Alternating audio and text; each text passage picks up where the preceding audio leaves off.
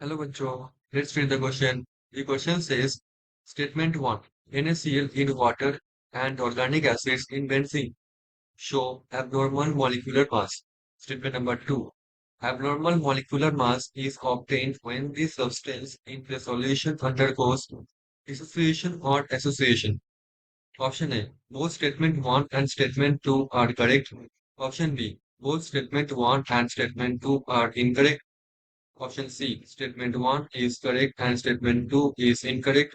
B, statement 1 is incorrect and statement 2 is correct.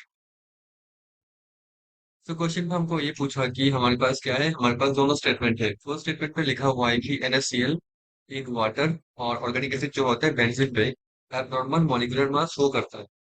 Statement 2 पे लिखा हुआ है कि हमारे पास जो एबनॉर्मल मॉलिक्यूलर मास होता है वो कैसे हमको मतलब क्यों मिलता है, क्योंकि जो हमारे पास सब्सटेंस होता है और सॉल्यूशन पे डिसोसिएट या फिर एसोसिएट करता है, इसलिए मिलता है।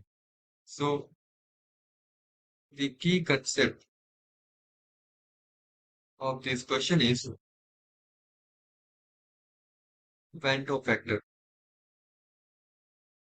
वैन डॉ फैक्टर से वैन डॉ फैक्टर होता क्या है, फर्स्ट ऑफ ऑल हम जानेंगे कि जो हमारे पास फॉर एग्जांपल NaCl के, फॉर एग्जांपल NaCl अगर मैं बात करूं फॉर NaCl तो क्या होगा। तो NaCl डिसोसिएट करता है Na plus plus Cl minus आपको मिलता है, ठीक है। Actually, 1 mole of NaCl produces 1 mole of Na plus and 1 mole of Cl minus. So that is a solution containing 1 mole of NaCl. We have two times we have two times the number of particle two times the number of particle than the original taken and the original substance original substance or particle taken, right? दोगुना ही हो रहा है, हम जानते हैं। As a result experimentally observe value of osmotic pressure, जो हमारे पास osmotic pressure होगा या फिर जो भी क्वालिटेटिव प्रॉपर्टी होगा वो क्या होगा, double the value of the theoretical value. And इसमें होता है आई। आई आई क्या होगा, आई होगा हमारा 2, ठीक।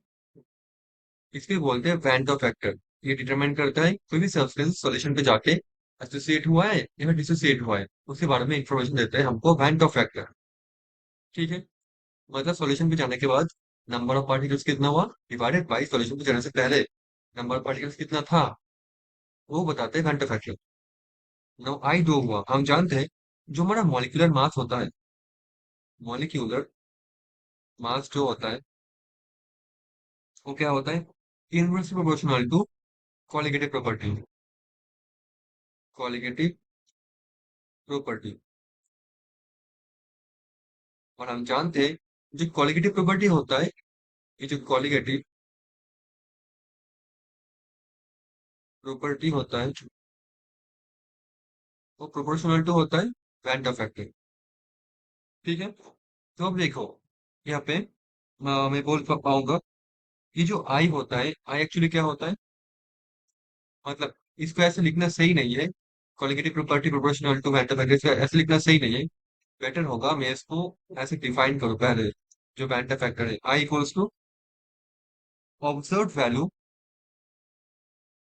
Observe value of colligative property divided by theoretically expected value, theoretically expected value, ठीक। आप देखो जो हमारे पास थियोरेटिकली ओके, तो मैं इसको ऐसे लिख सकता हूँ, हम जानते हैं रिलेशन क्या है, इनवर्स रिलेशन होता है। तो मैं इसको ऐसे लिखूंगा, theoretical theoretical molecular mass divided by observe observe molecular mass. तो आई का वैल्यू क्या हुआ इन दिस केस, आई का वैल्यू हुआ 2। तो जो थियोरिटिकल, तो देखो जो ऑब्जर्व मॉलिक्यूलर मास होगा वो क्या होगा, थियोरिटिकल वैल्यू से आधा हो जाएगा। जो ऑब्जर्व मॉलिक्यूलर मास होगा वो थियोरिटिकल जो वैल्यू है उसका हाफ होगा। ठीक है। सो मैं बोल पाऊंगा कि यहाँ पे जो लिखा हुआ है, NaCl in water shows abnormal molecular mass, बिल्कुल शो कर रहा है। इवन हम जानते हैं जो ऑर्गेनिक एसिड, जैसे कि for example acetic acid CH3COOH, ये क्या करता है, ये डाइमर फॉर्म करता है। ये करता है डाइमर फॉर्म बेंजीन पे करता है। ठीक है। CH3COOH, ये करता है डाइमर फॉर्म। ठीक है। ऐसा क्यों करता है हम जानते हैं। बेंजीन क्या है, बेंजीन एक नॉन पोलर एप्रोटिक सॉल्वेंट होता है। एसिटिक एसिड क्या है, पोलर प्रोटिक सॉल्वेंट होता है। तो अगर बेंजीन के सामने कोई CH3COH आ गया, तो ये दोनों अपने आप रिपेल करने लगेगा, बेंजीन इसको रिपेल करेगा। उससे क्या होगा, उससे दोनों CH3COH मॉलिक्यूल पास होने लगेगा, और तभी हो जाएगा ये डाइमर। इसमें क्या होगा, आई का वैल्यू जो होगा वो हो जाएगा 1/2। ठीक है। क्योंकि ये हो गया एसोसिएशन, ये हो गया एसोसिएशन। ठीक है। अभी दो स्पीसीज मिलके एक स्पीसीज बन गया, मतलब हाफ आधा हो गया आई के वैल्यू। तो आप जानते हो आई के वैल्यू अगर आधा हो जाएगा, तो जब तक मैं आधा में लिख दूं, तो क्या होगा, जो थियोरिटिकल मास होगा, मतलब जो हमारा ऑब्जर्व मास होगा वो क्या होगा, थियोरिटिकल मास से डबल दिखेगा हमको। दैट इज वाई जो स्टेटमेंट नंबर 1 लिखा हुआ है बिल्कुल सही लिखा हुआ है। एब्नॉर्मल मॉलिक्यूलर मास हमको दे रहा है। Statement number 2, abnormal molecular mass is obtain when the substance in the solution undergoes dissociation और एसोसिएशन, बिल्कुल सही लिखा है। NaCl कर रहा है डिसोसिएशन, एसिटिक एसिड कर रहा है एसोसिएशन, या फिर ऑर्गेनिक एसिड कर रहा है एसोसिएशन, बिल्कुल सही लिखा हुआ है। तो क्या होगा, both statement 1 statement 2 are correct. So option A is going to be the answer of this question.